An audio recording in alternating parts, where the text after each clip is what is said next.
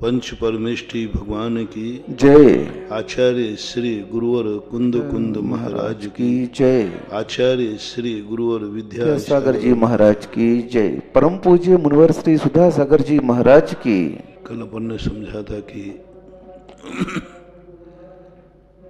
प्रकृति ने अपने कुछ ऐसे नियम बना रखे हैं जो प्रकृति ये चाहती है कि व्यक्ति सदा संसार में बना रहे। प्रकृति के नियमों से उठ करके एक और संसार है जिसे अपन मोक्ष कहते हैं, परमार्थ कहते हैं।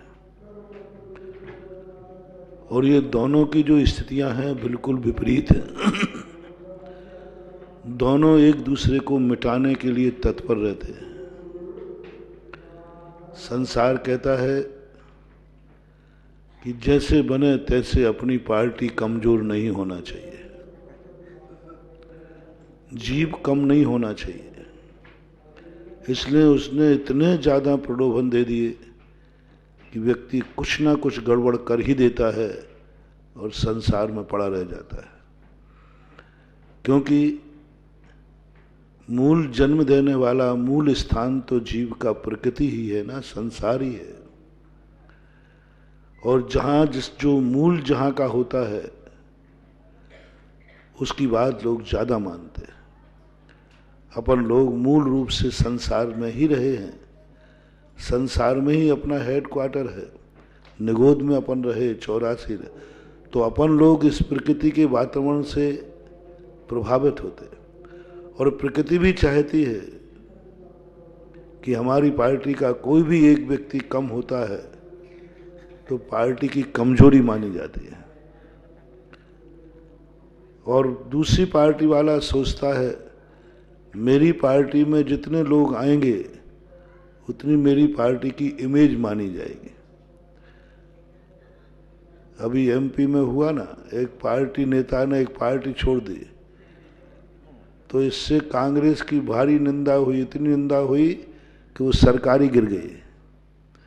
दूसरी पार्टी की इतनी इमेज बढ़ी कि ये पार्टी में दम है, तभी तो लोग अपने बापों की पार्टी छोड़ करके भी इस पार्टी को अपना रहे हैं।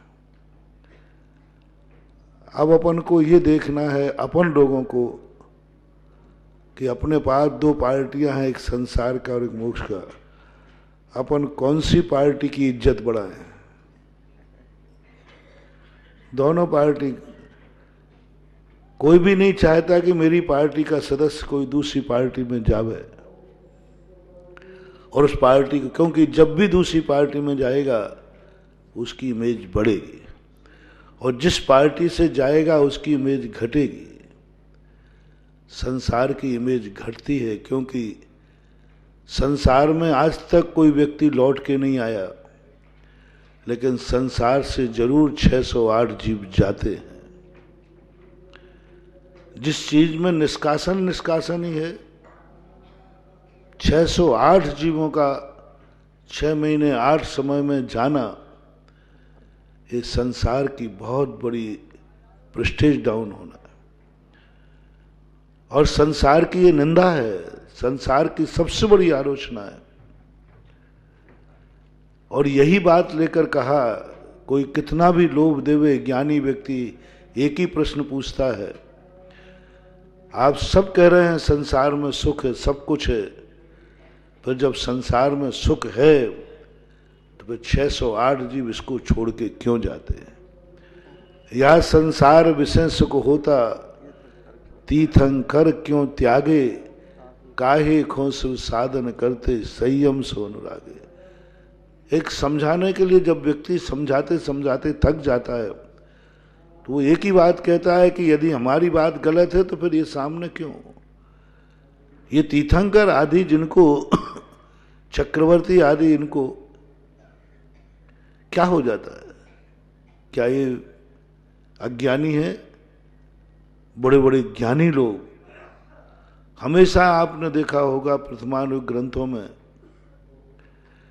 बड़े राजा महाराजाओं की दीक्षाओं के उदाहरण मिलते हैं। गरीब लोग भी दीक्षा लेते हैं। भिखारी भी लोग भी लेते हैं। लेकिन ज्यादातर दीक्षाओं की कथाएं जितनी लिखी गई सब राजा महाराजाओं की लिखी गई।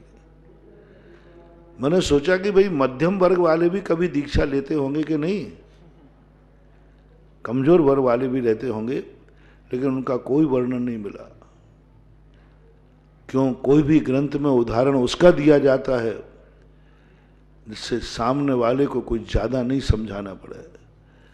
यदि अपन कह दें कि यह व्यक्ति फलाना था, गृहस्थी में बहुत परेशान था, कुछ भी बेरोजगार था, कोई धंधा पानी नहीं था, विवाह भी करना चाहा लेकिन कहीं कुंडली नहीं मिली, लड़की नहीं मिली, धंधा करने का भाव किया तो दिवालिया हो गया, सब हो गया, और ऐसा करके इसलिए इसने दीक्षा ले ली। आपके ऊपर कैसा प्रभाव पड़ेगा? सब गिना दो, पूरे सब गिना दिया, सब तरफ से थक गया पूरा, तो ले यही कहेंगे लोमड़ी को अंगूर नहीं मिले इसलिए अंगूर खट्टे। आ जाता है, व्यक्ति के मन में आ जाता है, भक्तों में आ जाता है। इसलिए आचार्य ने कहा नहीं, हम ऐसे उदाहरण दे रहे हैं जिनके पास सब कुछ था, सब कुछ था, कहीं से कोई कमी नहीं थी। फिर उनको क्या लगा, ऐसा क्या लगा चक्रवर्ती को, ऋषभदेव को, ऐसा क्या था? मां की गोद में ऐसे क्या कांटे थे जो बर्फ की शिलाओं पर जाके बैठ गए? क्या था चक्रवर्ती? जितने भी राजा महाराजा हुए, घर में महलों में कौन सा कष्ट था? एयर कंडीशन थे, और कहां बाहर निकल गए दुनिया में। उनको ये डर नहीं लगा कि बाहर निकल गए तो कहीं कोरोना नहीं लग जाए। लग सकता है, फ्री है दिमाग, शरीर से फ्री है। घर में कम से कम चक्रवर्ती को कोई, और चक्रवर्ती तो वैसे ही सुकमाल थे, उनको जल्दी साइड इफेक्ट हो सकता है, इन्फेक्शन जल्दी हो सकता है। सुकमाल को बहुत जल्दी इन्फेक्शन हो सकता था, और वो भी ऐसे स्थानों पर जंगलों में रखे, और बहुत रिस्क है उनकी जिंदगी में, और घर में पूरा सुरक्षित थे। कुछ बात समझ में नहीं आती, ऐसे लोगों का इतना सुरक्षित स्थान था घर में कि कोई उन राजा महाराजा चक्रवर्ती का कोई मच्छर भी प्रवेश नहीं कर सकता। सैनिक लगे हैं, द्वारपाल रखे हैं, सब लोग लगे हैं। और बताओ, दीक्षा लेकर के निराधार कोई भी मार सकता है, कोई भी पीट सकता है, कोई भी प्राण ले सकता है। सब अनुकूलताएं होने के बावजूद भी मौत के मुख में जाना, ये कहां तक समझदारी है? एक और कह रहे हैं कि देखो महलों में रहो, पूरी जिंदगी सुरक्षित रहोगे, और दीक्षा लोगे तो कभी भी कोई भी मार सकता है, कोई भी मार सकता है। दोनों में से एक निर्णय करना है। मुनिचर्या का पूरा वर्णन आता है, देख लीजिए मुनि बनने के बाद तुम्हारी ये चर्याएं हैं, तुम्हारे लिए कोई सुरक्षा की व्यवस्था नहीं होगी, कोई भी मार सकता है, इजी पहुंच सकता है, तुम्हारे लिए कुछ भी सुविधा नहीं होगी, हर प्रकार का कष्ट हो सकता है, चयन करना है। एक और महल है और एक और भवन है। जिसके पास महल नहीं है उसकी चर्चा मैं नहीं कर रहा हूं, जिसके पास 84 खंड का महल है, सुरक्षित है, और एक और वनवास है जहां कोई भी कभी भी मार सकता है, एक और 56 भोग हैं, दूसरी ओर भोजन का कोई पतियारा नहीं कि मिलेगा कि नहीं मिलेगा, एक और सारा मेडिसिन, सारा सुरक्षा, मेडिकल टीम, सब कुछ है। दूसरी तरफ में कोई भी नहीं, बीमारी आ जाएगी तो कोई दवाई देने वाला भी मिलेगा कि नहीं मिलेगा नहीं कह सकते। एक और मां की गोद है, गृहस्थ है तो पत्नी का भी दुलार है, बेटे हैं तो उनका भी वो है, सब कुछ है। और दूसरी ओर जंगलों की जाकर के खाक छांचना, कुछ भी नहीं। ये तुलना उन महानुभावों ने भी तो की होगी।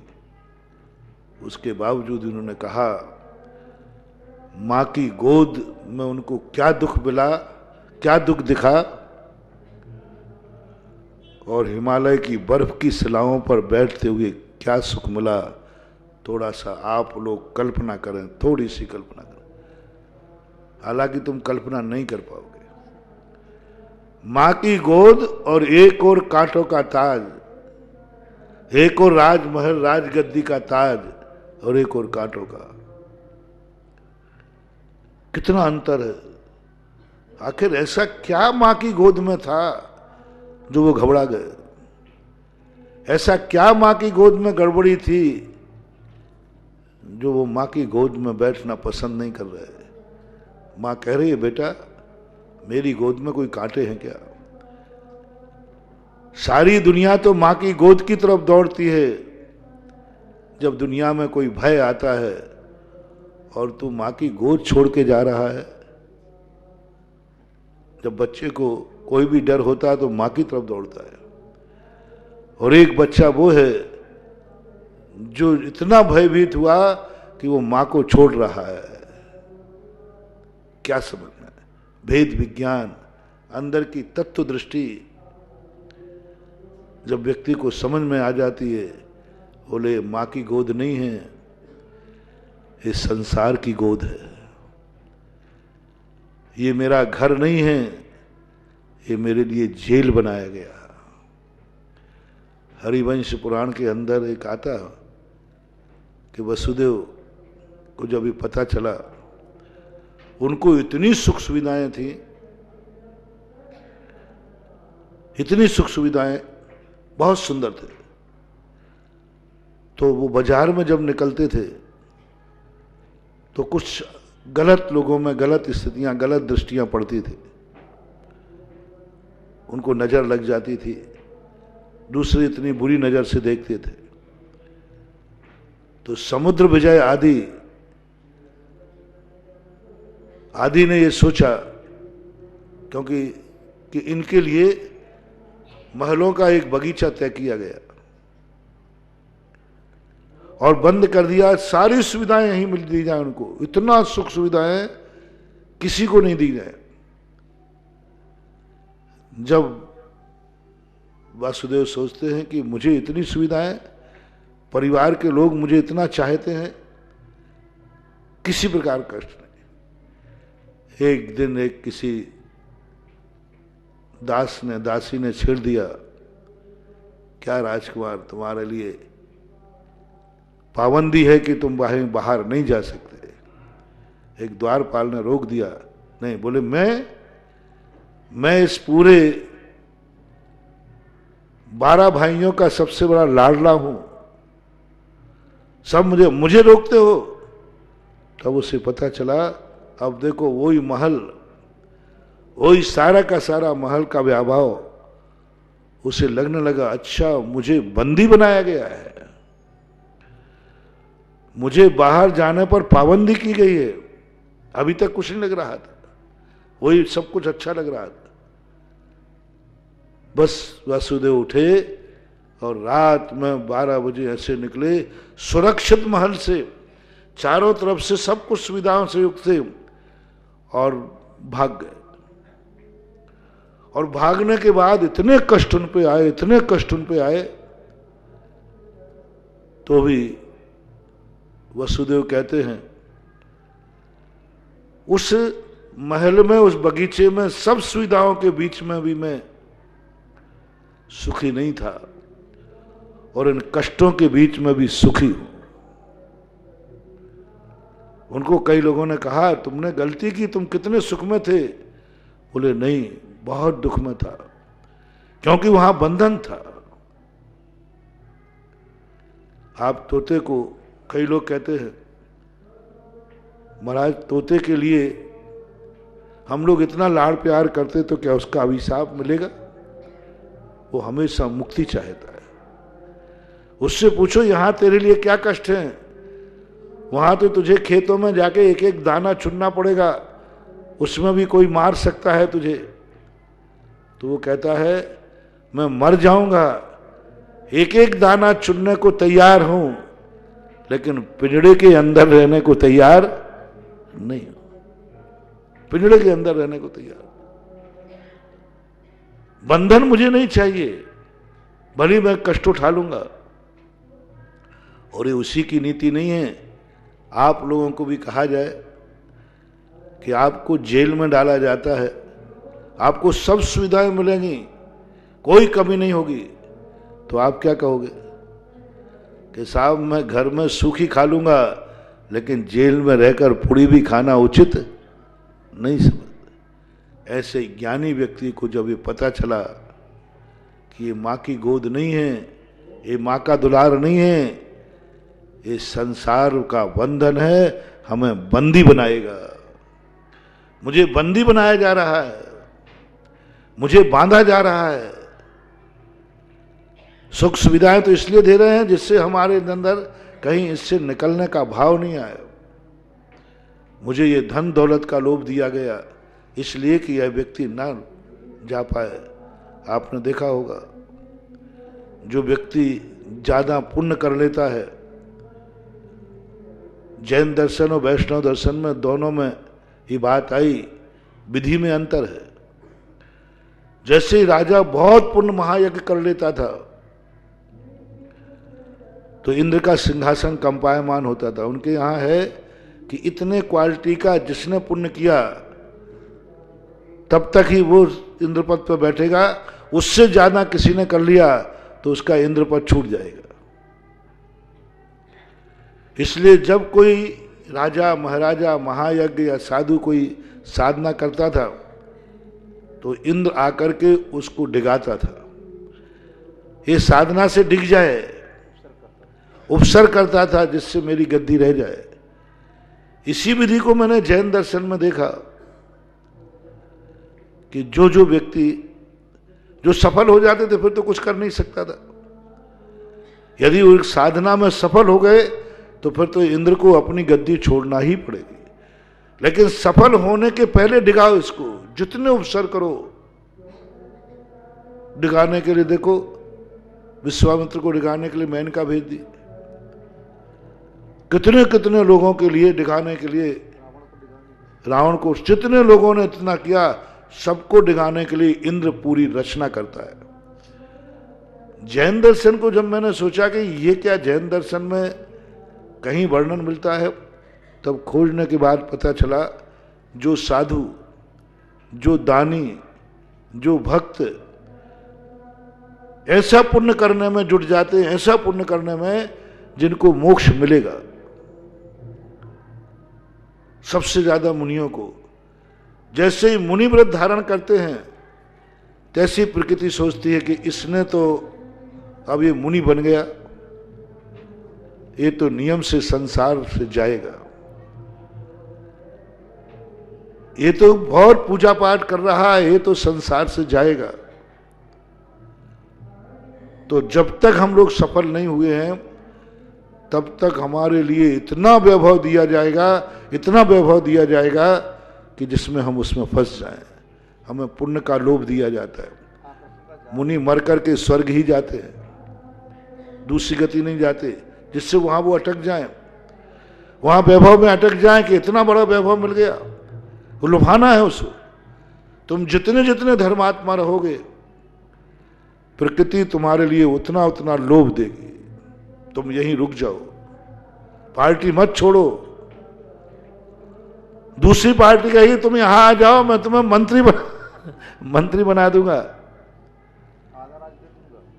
आधा राज्य दे दूंगा, मंत्री बना दूंगा, सब करूंगा।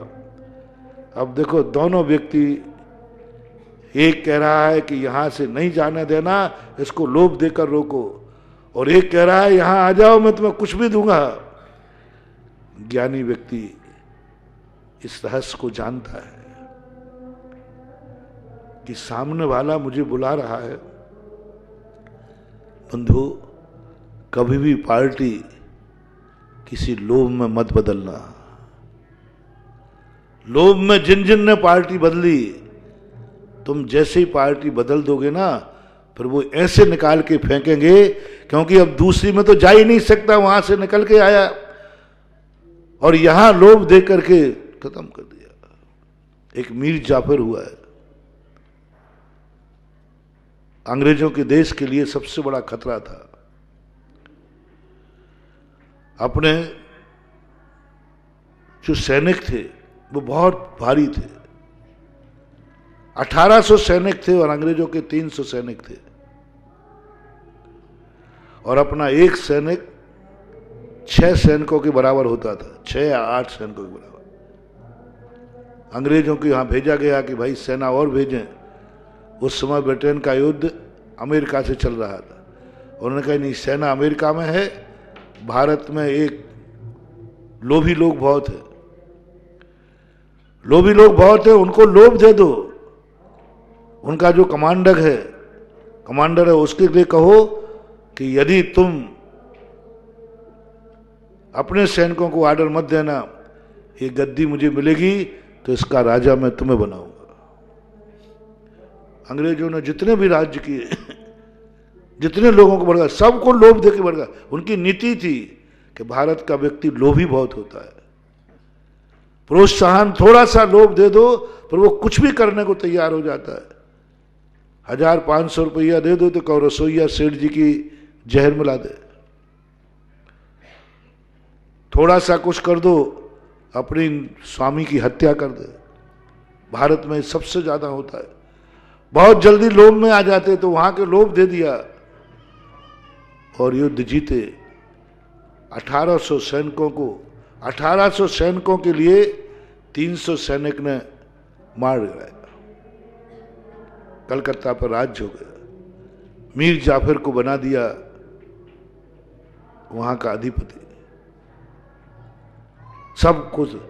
अब भारत के लोग तो, भारत की जो स्वतंत्रता संग्राम, उससे तो उसकी दृष्टि हट गई और 6 महीने ही नहीं बैठने दिया और उसको मार डाला। बोले अब तू कहां जाएगा। सारी दुनिया से मेरा कहना है, कभी यदि तुम्हें लोभ देकर कोई बुलाए मत जाना, कभी तुम्हें पद देकर बुलाए मत जाना, कभी तुम्हें कई लोग ऐसे हो जाते, सामने वाली पार्टी लोभ दे देती है, तुम जन्मजात अपनी पार्टी, मूल पार्टी को छोड़ देते हो। कई बार ऐसा साधु संघों में, हमारे संघ में ज्यादातर होता है, क्योंकि हमारे संघ में क्या है, सब स्पेशल माल है। जैसे अभी बता रहे थे ना कि आचार्य सिंह ने एक मुक्ति अभियान के, सब एक से एक माल है, सब एक से एक बढ़कर हैं। तो इनमें से कई लोग क्या करते हैं, अब वो स्वयं आचार्य बन गए, उनके पास तो चेले चपाटे हैं नहीं, और है तो घटिया माल है तो घटिया माल है, और जो माल उनको चाहिए उनके पास तो है ही नहीं, कभी कोई माल ही नहीं है।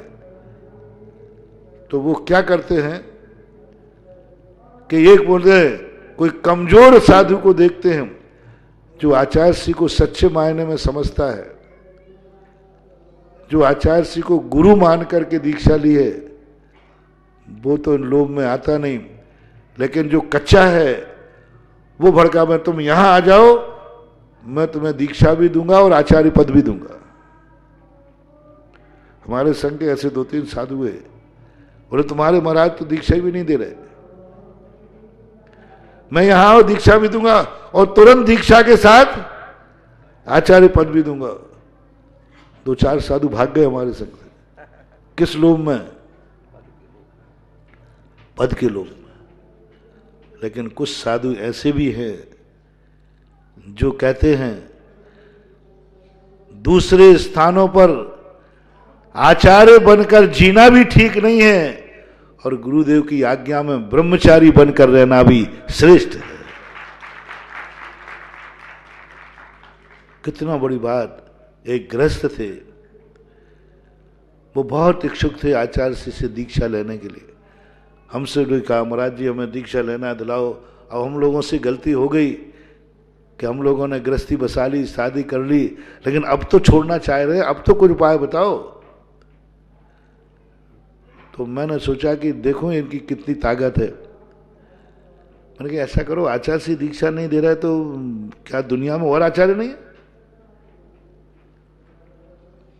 और आचार्य खूब दीक्षा दे रहे हैं, तुम जब जाओ जब ले लो, काय को चक्कर पड़े, कपड़े तो उतारना है और पीछे कमंडल लेना है। तुम अरे भाई जिस दुकान पे माल नहीं है, अब वो दुकानदार माल नहीं दे रहा है तो तुम क्या बिना माल के रह जाओगे? उसने माल नहीं देना, उसको नहीं बेचना, नहीं करना, तो अब ग्राहक जबरदस्ती तो कर नहीं सकता। बाजू की दुकान से लाओ। आप लोग क्या करोगे भाई? तुम किसी दुकान से लगे हुए और सेठ ने कहा मैं तो माल नहीं दूंगा, नहीं देना, तो आप बिना चाय के रह जाओगे कि चाय पत्ती बाजू से खरीद लोगे? हाँ, कहीं भी ले लेंगे, कोई तुम्हारी दुकान थोड़ी है अकेली। लेकिन कुछ ग्राहक रहते हैं, ऐसे ग्राहक भी होते हैं, कई दुकानदार ऐसे होते हैं जिनकी दुकान को यदि नहीं खुले ना तो ग्राहक घर वापस चला जाएगा लेकिन दूसरी दुकान से माल नहीं लेगा। वो कहता माल तो यहीं से लूंगा, नहीं मिलेगा तो नहीं मिलेगा, बिना चाय के रह जाऊंगा, बिना कपड़े के रह जाऊंगा, लेकिन माल तो यहीं से जाएगा। तो मैंने उनसे कहा कि भाई क्यों चक्कर में पड़ते हो आचार्य सिंह? देखो आचार्य सिंह तो तुम्हें देने वाले नहीं है, क्योंकि आचार्य सिंह का तो हमने देख लिया, वे गृहस्थ को तो दीक्षा देंगे नहीं, और उम्मीद भी मत करना पूरी जिंदगी निकल जाए तो नहीं देना। अब तो दे दे मैं कम से कम, अब तो बेखुद बूढ़े हो गए, अब तो वृद्ध हो गए महाराज, लोग कह रहे महाराज जी अब तो वो दे दे मैंने कि वृद्ध के कारण साधु कभी वृद्ध होते ही नहीं है। तुम लोगों को दीक्षा इसलिए नहीं मिल रही थी कि तुम लोगों की उम्र ज्यादा है, लेकिन तुम गृहस्थी के संस्कारित होकर हो चुके हो, इसलिए वे वायरस कहीं यहां ना आ जाए, ध्यान रखना। हाँ, मैंने हम लोगों ने एक बार आचार्य से पूछा कि आचार्य से तो ना दीक्षा है, आप इसलिए नहीं दे रहे हो कि हम लोग सब छोटी उम्र के हैं, आपके इसलिए बड़ी बड़ी उम्र के हैं? बोले नहीं, यदि जिसने गृहस्थी नहीं बचाई हो वो 80 साल का भी हो जाए तो बोले मैं दीक्षा दे दूंगा। अरे मैंने कहा इसका अर्थ उम्र का कोई मतलब नहीं है, गृहस्थी नहीं बचाओ, बाल ब्रह्मचारी हो और गृहस्थी में नहीं गया हो तो मैं उसको दीक्षा दे दूंगा, उसकी उम्र नहीं देखूंगा। तो मैंने कहा इसका अर्थ उम्र से इनको कोई लेना देना नहीं है। फिर मैंने कहा कारण क्या? बोले देखो हमें तुम लोगों की जिंदगी देखना है, तुम लोगों का जो संस्कार है वो गृहस्थी से होके आए हैं, थोड़ी सा कुछ गड़बड़ होगा उनके मुख से यही रखेगा इससे अच्छे तो मैं घर में था। थोड़ा ही सा गड़बड़ होगा, क्योंकि घर में सुखपूर्वक थे, सुखपूर्वक, इससे अच्छा तो घर में ठीक था, क्योंकि कमाते थे, मन के मालिक थे, पैसा था, धन दौलत सब कुछ थी। मैंने कहा गरीबों को मत दो, बड़े बड़े लखपति करोड़पतियों को दो ना। उनका उनको तो और नहीं देना, उनको तो और नहीं देना, क्योंकि यहां प्रतिकूलता तो आएंगी, प्रतिकूलता तो आएगी, और प्रतिकूलताएं जब आएंगी तब उनको घर के सुख याद आएंगे। मानव का एक सबसे बड़ा वीक पॉइंट होता है, बुरे दिनों में सुख के दिन याद आते हैं। आते हैं कि नहीं? आप लोगों को कोई बुरा दिन आ जाए ना तो सुख के दिन याद याद करके रो पड़ते हो। हाँ, हमारे महाराज ऐसे दिन थे, ऐसा व्यापार था, मेरे घर में ऐसा था। नियम से 100% मान लो, बुरा दिन जब भी आएगा सुख का दिन याद आएगा, और यही हमारी जिंदगी को बिगाड़ने वाला है। इसलिए समाधि के समय पूज्यवर उमा स्वामी महाराज ने कहा सुखानुबंध,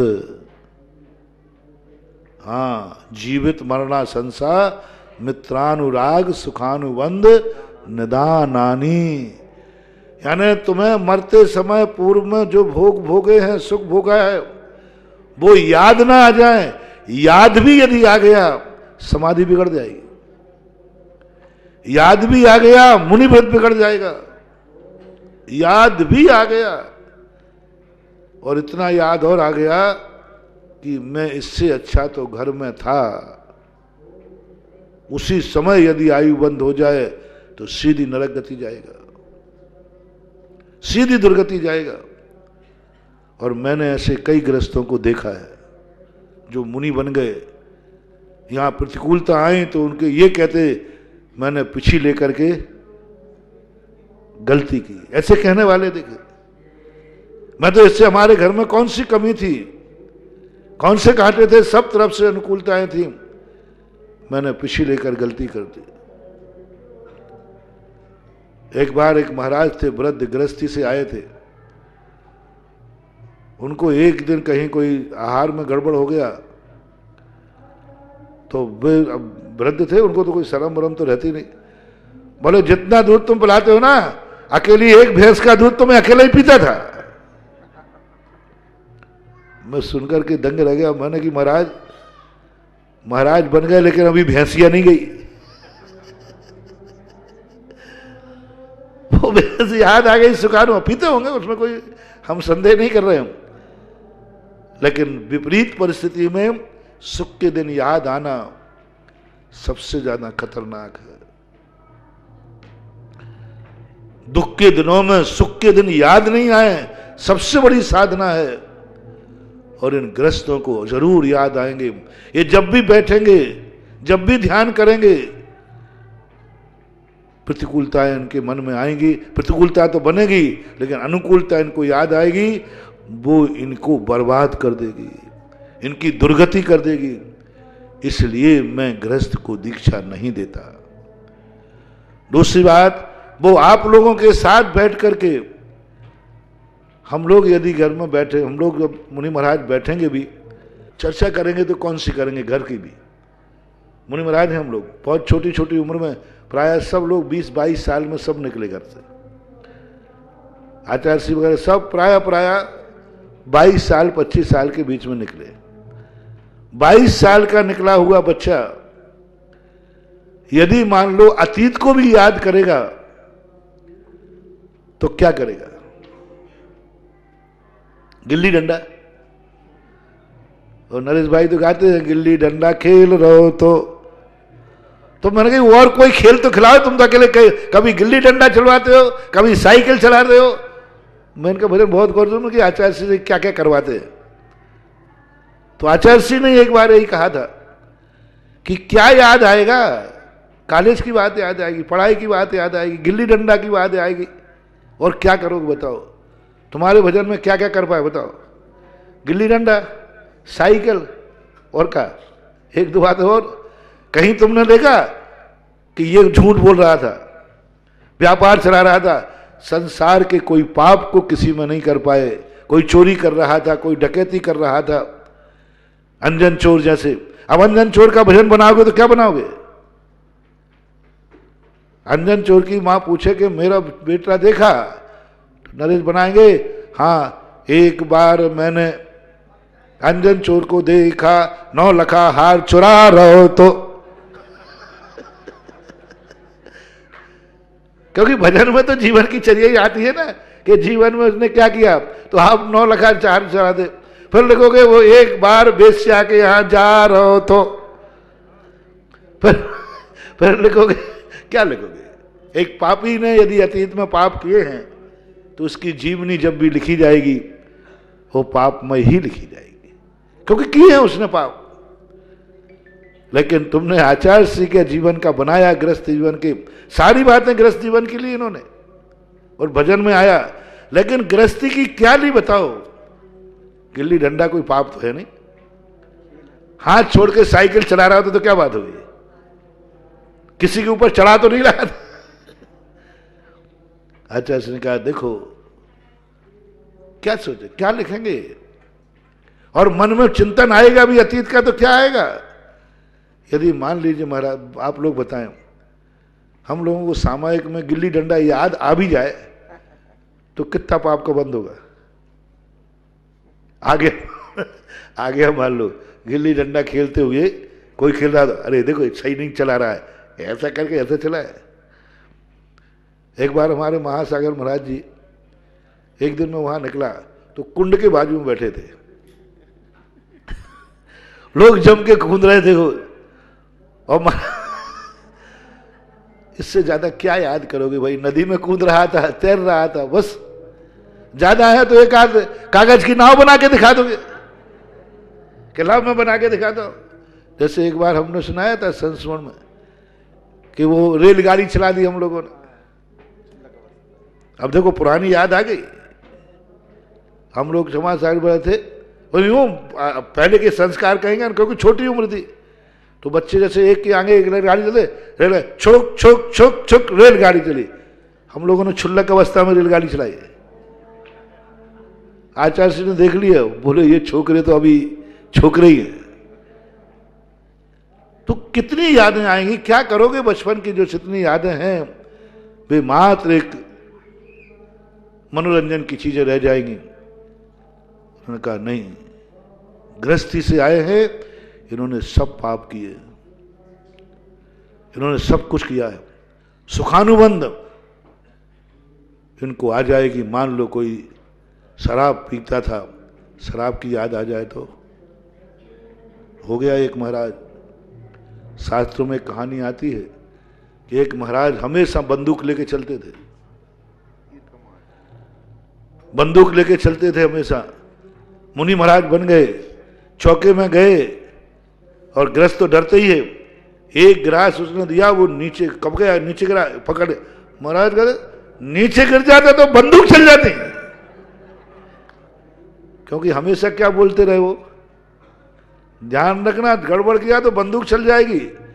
बताओ, मुनि महाराज मानने के बाद चौके में बंदूक चला दी और हाथ भी पहुंच गया, ध्यान रखना बंदूक चल जाएगी। अब अंजलि छूट गई। संग में आए, गुरु ने पूछा क्या बात है। महाराज जी अंतराय होगा। बोले क्या बात है। बोले चौके में बंदूक चला दी। बोले तूने बंदूक चला दी। और महाराज जी अब निकल गया तो क्या करूं, चेत गया, तुरंत प्रायश्चित किया, अंतराय कर दिया।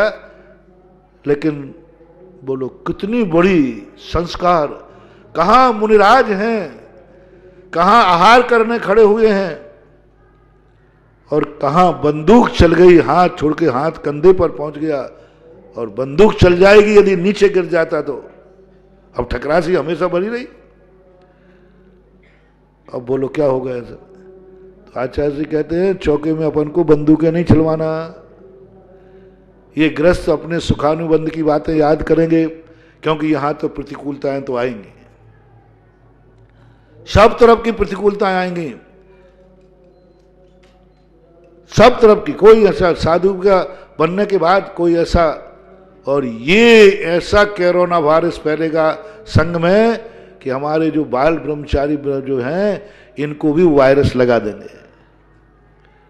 ग्रस्त जब भी बैठता है गृहस्थी की चर्चाएं करता है। आप कभी मुनियों को बैठे हुए देखना, सभी की नहीं कह रहा हूं, कुछ को जो ग्रस्त जीवन से आए हो, और दो ग्रस्त जीवन वाले दो बूढ़े महाराज और बैठे हो, कभी उनके बीच में बैठ के देखना। तो मैंने तो 2-4 बार बैठा हूं, इसलिए मुझे पता है, सुना भी है। आप सुनना उनके संबंध में बातें, और स्वाध्याय वगैरह में और मन नहीं लगता हो, वे देखना ज्यादातर यही बातें चलती हैं। आचार्य ने कहा ये कोरोना वायरस नहीं फैलने देना, चाहे कितना ही घाटा हो, देश को करोड़ों का घाटा हो रहा है, विदेशियों पे आना जाना पाबंदी कर दी है। हो जाए घाटा, घाटा हो जाए, लेकिन कोरोना वायरस नहीं। और ऐसी वायरस की बहुत बड़ी संभावना रहती है, सबको फैले कोई नियम नहीं। 1.25 अरब की जनता में भारत में अभी कितने लोग मरे? 1 मरे, 2 मरे, 10-50 को हुआ होगा, लेकिन सावधानी कितनी, हिदायत कितनी, हर घर में हर व्यक्ति को सावधानी। यहां तक कि लोग मेरे पास भी आ रहे, किसी भी हालत में महाराज जी को बिहार नहीं करना, बिजौलिया वालों जाने ही मत देना, ताले लगा दो, महाराज को बाहर नहीं निकलने देना। अरे मैंने कही कैरोना की इतनी हिम्मत। हाँ बोलो महाराज, बहुत जबरदस्त है, वो कहीं भी घुस जाता है और स्वयं माइंड डेवलप करता है। बताते ये जो वायरस है, अभी तक जितने वायरस फैले हैं सबसे ज्यादा माइंडेड वायरस है।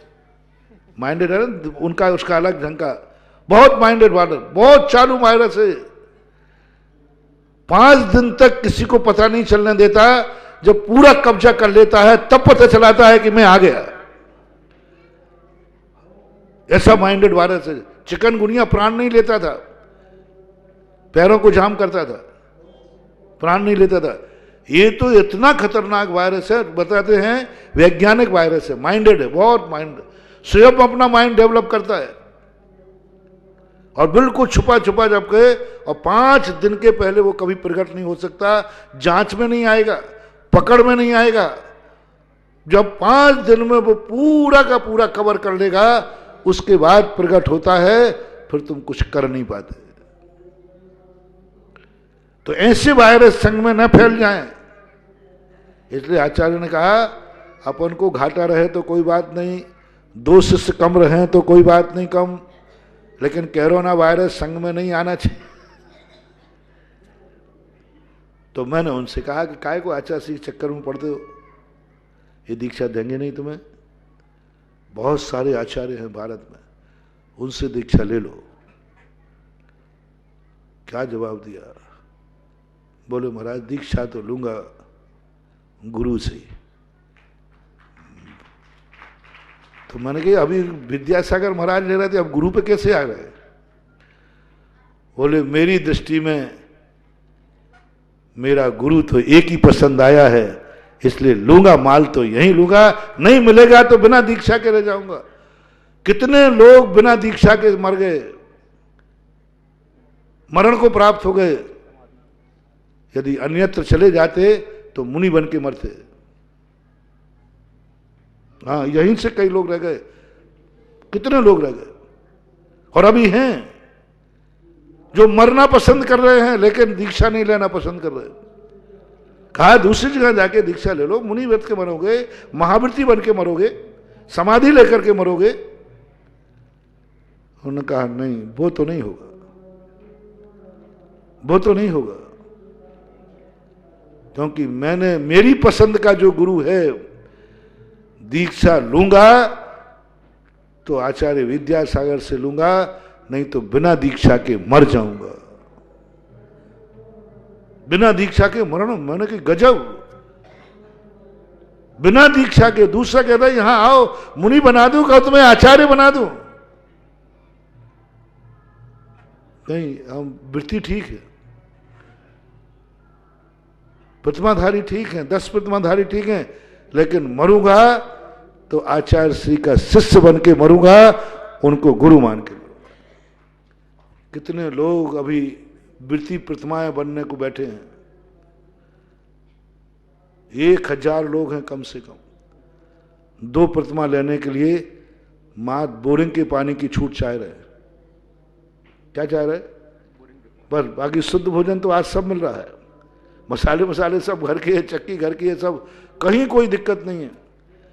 आचार्य श्री से 2 प्रतिमा लेने में सबसे बड़ी बाधक क्या है?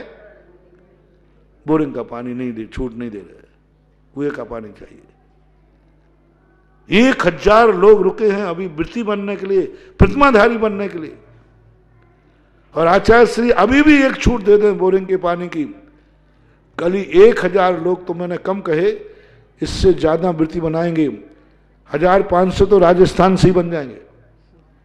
चलो मैं बीड़ा उठाता हूं, बोरिंग के पानी को चलाओ, 1008 प्रतिमाधारी मैं राजस्थान से बना दूंगा। हाँ, राजस्थान से ये रिक्स उठाना बहुत कठिन है। हाँ, राजस्थान में वृत्ति नहीं, लेकिन 1008 बना दूंगा पक्का। चलो कोई बात नहीं, लेकिन छूट किसकी चाहिए? बस पानी की छूट दे दो, बोरिंग की पानी की छूट, मशीन के पानी की जो बोरिंग से आते ना तुम्हारा हैंड पंप आदि से, ये छूट आचार्य से नहीं दे रहे। आचार्य से हम लोगों ने चर्चा की, बोले नहीं, मात प्रतिमाएं नाम लेकर के प्रतिमाधारी होने से कल्याण नहीं होगा, क्योंकि जिस पानी में बिलछानी नहीं होती है वो वृत्ति नहीं पी सकता। बिलछानी नहीं होती है। जैन दर्शन में पानी छानने का महत्व नहीं है, जैन दर्शन में बिलछानी का महत्व है। छानने की तो क्या जरूरत पड़ी, छानने को तो विज्ञान भी छानता है क्या कचड़ा को। हाँ, छानने की जरूरत नहीं है जैन दर्शन में, बिलछाने की जरूरत है। बिलछानी का अर्थ अभी जैसे महाराज ने बताया था ना कि वो ऐसा छन्ना, ऐसा कपड़ा जिसमें सूर्य भी नहीं दिखता हो। कितना जैन दर्शन था। गर्म पानी पिला दिया, छान के पानी पियो, अपने आप ये वायरस दूर हो जाएंगे। इतने मोटे छन्ने से कोई वायरस निकल ही नहीं सकता। और फिर भी कोई वायरस निकल जाए तो हमारे जैन दर्शन ने कहा उबला पानी पियो। यदि पानी को उबाल दिया जाए 24 घंटे तक उस पानी में कभी कोई वायरस पैदा नहीं हो सकता, चाहे वो कोरोना हो, चाहे चिकनगुनिया हो, चाहे कोई हो, क्योंकि वह पानी उबला हुआ रहता है। मेरा अभी कल भी कहा था लोगों से, फिर भी मैं हिदायत दे रहा हूं, कम से कम महावीर के सिद्धांत तुम सदा नहीं मान सकते तो कम से कम जब तक मुल्क कोरोना से मुक्त नहीं हुआ बाजार की वस्तुएं खाना बंद करो। सब्जियों को उबाल के खाना शुरू करो। उबाल के खाने को क्यों कहा? कच्ची सब्जियां मत खाओ, सलाद मत खाओ, क्योंकि इसी में आ रहा है। इधर तुमसे कह रहा है हाथ धो, खांसी लगे तो मुंह लगाओ, उधर जो सब्जियां होटल में बन रही हैं वहां भी सब क्या हो रहा है, कल बताया था मैंने। चाट पकोड़े के ठेले लग रहे हैं, इन पे क्या हो रहा है? क्या इन पे वायरस नहीं आएगा? भारत देश की कुछ नीतियां ऐसी हैं जो कहते हैं शराब का लाइसेंस तो दूंगे लेकिन पीना मत। इधर घर घर में चेता रहे हो, उधर जाकर के चाट के ठेलों पर पाबंदी करो ना, होटलें बंद कराओ, खाने पीने के स्थान बंद कराओ, ढाबे बंद कराओ जहां से वायरस फैल सकता है। उनको तो है फास्ट फूड प्रोडक्शन बंद कराओ। चलो उन पर तो हमारा बस नहीं है बंद कराने का, लेकिन मेरे भक्तों से कहना है, कल भी कहा था कि कम से कम जब तक कोरोना का बाजार की कोई वस्तु का सेवन मत करो। सब्जी लाओ, उबालो, या इतने गर्म पानी में से आप उसको धो, इतने गर्म पानी से धो, क्योंकि ये वायरस चीन का है, ठंडे देश का है, गर्मी आते ही ये भग जाएगा, मर जाएगा। तो सब्जियों को ऐसा करो, कोई भी वस्तु बाजार की है, इस प्रकार की स्थितियों को समझना। उधर तो आप पानी छान के पियो। अभी जब तक कोरोना मुक्त है, पूरे जैनियों से मेरा कहना है पानी गर्म करके पियो, गर्म मत पीना, गर्म कर लो। और आपके पास ठंडे करने के बहुत साधन है, फ्रिज है, एक बार पूरे पानी को बॉयल कर दो और फ्रिज में रख दो, आपके स्वाद में भी कोई अंतर नहीं आएगा, ठंडा पियो। लेकिन डायरेक्ट पानी जो बोतलों का है, डायरेक्ट पानी जो कैनों से आ रहा है, ये पानी मत पियो, पहले गर्म करो फिर ठंडा करो, बॉयल करके। विज्ञान भी कह रहा है, हमारे महावीर स्वामी पहले से कह के गए। तो बिलछानी का जब महत्व की बात आई तो बिलछानी डालने के लिए जो जीवाणु हमने छाने हैं उनको उसी पानी में भेजो जहां से आए थे। आचार्य श्री गजब, मेरे आचार्य श्री कभी लोभ में नहीं आए। 1000 प्रतिमाधारी बन जाएंगे, 100-200 लोग मुनि दीक्षा ले लेंगे, लेकिन आचार्य श्री को संख्या बढ़ाने का कोई शौक ही नहीं है। उनके पास तो रिफाइंड माल ही इतना है कि भाई यहां वहां एडजस्ट कर रहे हैं। हाँ, रिफाइंड इतना लाइन लगाए, बाल ब्रह्मचारी इतने लाइन में लगे हैं गृहस्थों को देने का, उनको पार्ट टाइम। लेकिन जब मैं गृहस्थों की बता रहा हूं, मैंने उनसे कहा कि मैंने कहा दूसरे महाराजों से ले लो, वे बोरिंग के पानी की छूट दे रहे हैं, बोरिंग के पानी की छूट दे रहे हैं, आप बोरिंग का पानी पिए और वृत्ति बनिए। गजब, लोगों को गुरु की पहचान का मुझे बहुत बड़ा गर्व है। वो क्या कहा, मैं अवृत्ति होके मर जाऊंगा लेकिन प्रतिमा तो आचार्य श्री के संग से ही लूंगा, क्योंकि उनको विश्वास है कि आचार्य श्री कभी भी हमें लोभ में आकर के कहीं अपनी संख्या नहीं बढ़ाएंगे। प्रतिमा लेने को तैयार नहीं, बाजू में मिल रही दुकान पे, बाजू दुकानदार दे रहा है कि भाई आओ मेरे पास, मैं बोरिंग के पानी से प्रतिमा लो, चिल्ला के कह रहा, माइक लगा के कह रहा है। वो कह रहा है नहीं, मैं आवृत्ति का टाइटल लेके मरूंगा, लेकिन लूंगा तो जब आचार्य श्री की परंपरा और आचार्य श्री हाँ कह दें कि हाँ ले सकते हो, बस आचार्य श्री से कहलवा दो कि बोरिंग का पानी वृत्ति ले सकता है, तो फिर मैं ले लूंगा। ऐसे भक्त, इसको बोलते हैं सम्यक दर्शन, यानी लोगों ने गुरु को पहचान लिया है। वे किसी भी लोभ में आने वाले नहीं है, कितना भी लोभ दे दो, वो कहते हैं मैं लोभ के कारण से कभी भी ये नहीं करूंगा। समय आपका हो गया।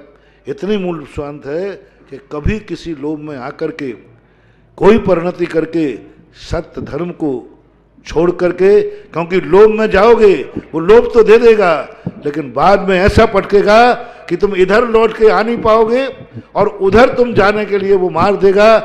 मीर जाफर के समान महावीर भगवान ने की।